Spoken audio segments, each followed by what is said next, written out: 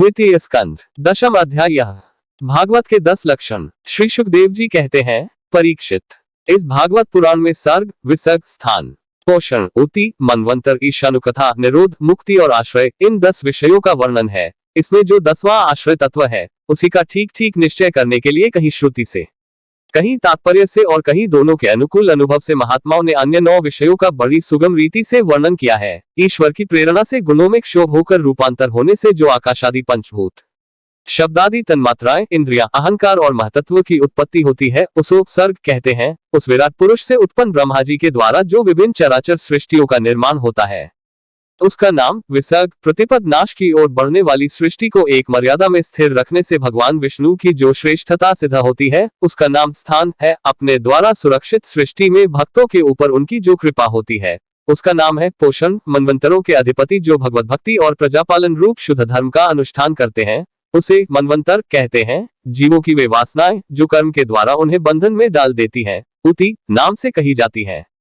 भगवान के विभिन्न अवतारों के और उनके प्रेमी भक्तों की विविध आख्यानों से युक्त गाथाएं ईश कथा है। जब भगवान योग निद्रा स्वीकार करके शयन करते हैं, तब इस जीव का अपनी उपाधियों के साथ उनमें लीन हो जाना निरोध है। अज्ञान कल्पित कर्तृत्व, भोक्तृत्व आदि अनात्म भाव का परित्याग करके अपने वास्तविक स्वरूप परमात्मा में स्थित होना ही मुक्ति है।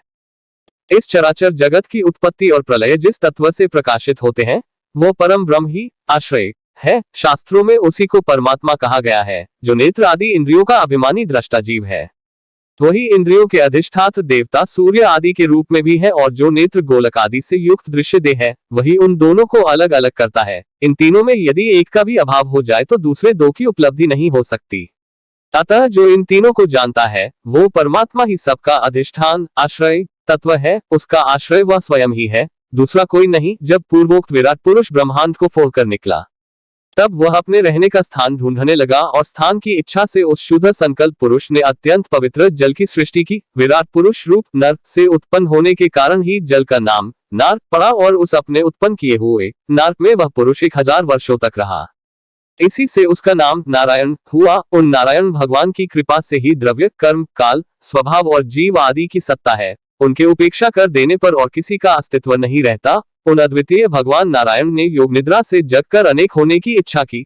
तब अपनी माया से उन्होंने अखिल ब्रह्मांड के बीच स्वरूप सुवर्ण वीर्य को 3 भागों में विभक्त कर दिया, अधिदैव, अध्यात्म और अधिभूत। विराट पुरुष का एक ही वीर्य 3 भागों में कैसे विभक्त हुआ, सो सुनो। विराट पुरुष के हिलने डोलने पर उनके शरीर में रहने वाले आकाश से इंद्रिय बल, मनोबल और शरीर बल की उत्पत्ति हुई। उनसे इन सब का राजा प्राण उत्पन्न हुआ। जैसे सेवक अपने स्वामी राजा के पीछे पीछे चलते हैं, वैसे ही सबके शरीरों में प्राण के प्रबल रहने पर ही सारी इंद्रियां प्रबल रहती हैं, और जब वह सुस्त पड़ जाता है, तब सारी इंद्रियां भी सुस्त हो जाती हैं। जब प्राण जोर जोर से आने जाने लगा, तब विराट पुरुष को भूख प्यास अनुभव हुआ। खाने पीने की इच्छा करते ही सबसे पहले उनके शरीर में मुख प्रकट हुआ। मुख से तालु और तालु से रसनेन्द्रिय प्रकट हुई। इसके बाद अनेकों प्रकार के रस उत्पन्न हुए, जिन्हें रसना ग्रहण करती है। जब उनकी इच्छा बोलने की हुई, तब वाक्इंद्रिय, उसके अधिष्ठात्र देवता अग्नि और उसका विषय बोलना, ये तीनों प्रकट हुए।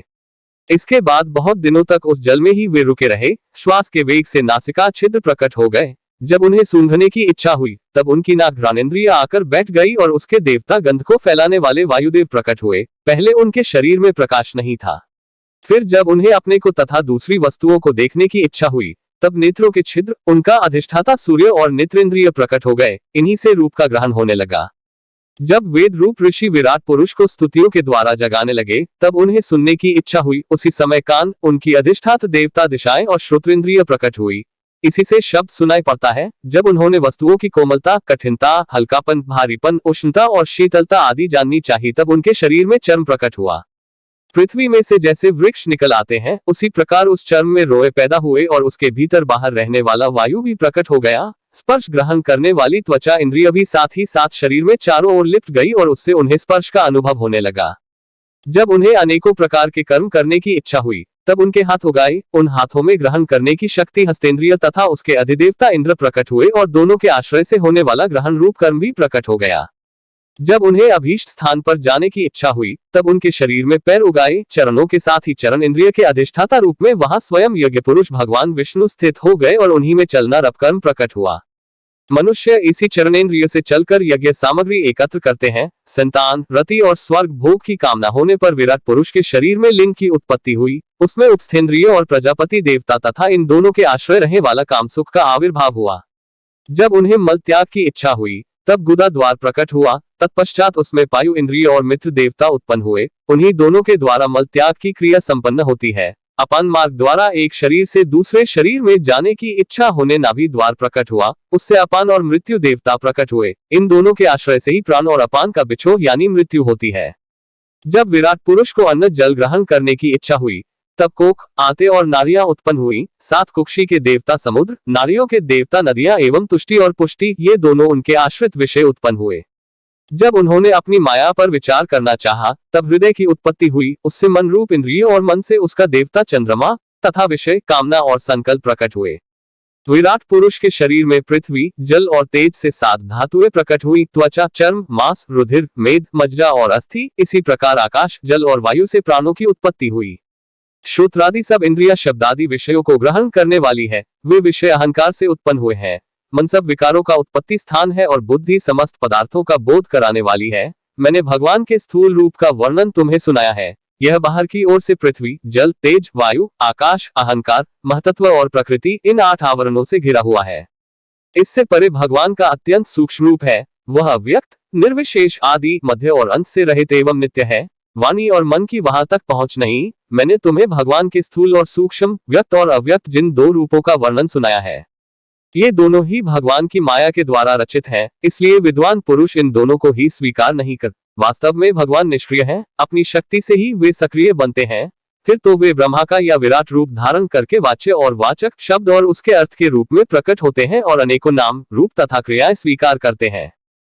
प्रजापति, मनु, देवता, ऋषि, पितर, सिद्धक, चारण, गंधर्व, विद्याधर, असुर, यक्ष, किन्नर, अप्सरयाएं, नाग, सर्प, किमपुरुष, उर्ग, मातृकाएं, राक्षस, पिशाच, प्रेत, भूत, विनायक, कुष्मांड, उन्माद, वेताल, यातुधान, ग्रह, पक्षी, मृग, पशु, वृक्ष, पर्वत, सरीसृप इत्यादि जितने भी संसार में नाम रूप हैं, सब भगवान के ही हैं। संसार में चर और अचर भेद से 2 प्रकार के तथा जरायुज, आंस, स्वेदज और उद्भिज भेद से 4 प्रकार के जितने भी जलचर, थलचर तथा आकाशचारी प्राणी हैं, सबके सब शुभ अशुभ और मिश्रित कर्मों के तदनुरूप फल हैं। सत्व की प्रधानता से देवता, रजोगुण की प्रधानता से मनुष्य और तमोगुण की प्रधानता से नारकीय योनियां मिलती हैं।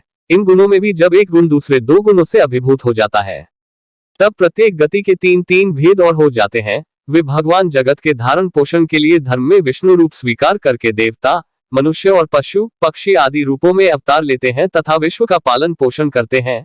प्रलय का समय आने पर वे ही भगवान अपने बनाए हुए इस विश्व को कालाग्नि स्वरूप रुद्र का रूप ग्रहण करके अपने में वैसे ही लीन कर लेते हैं, वैसे वायु मेघमाला को।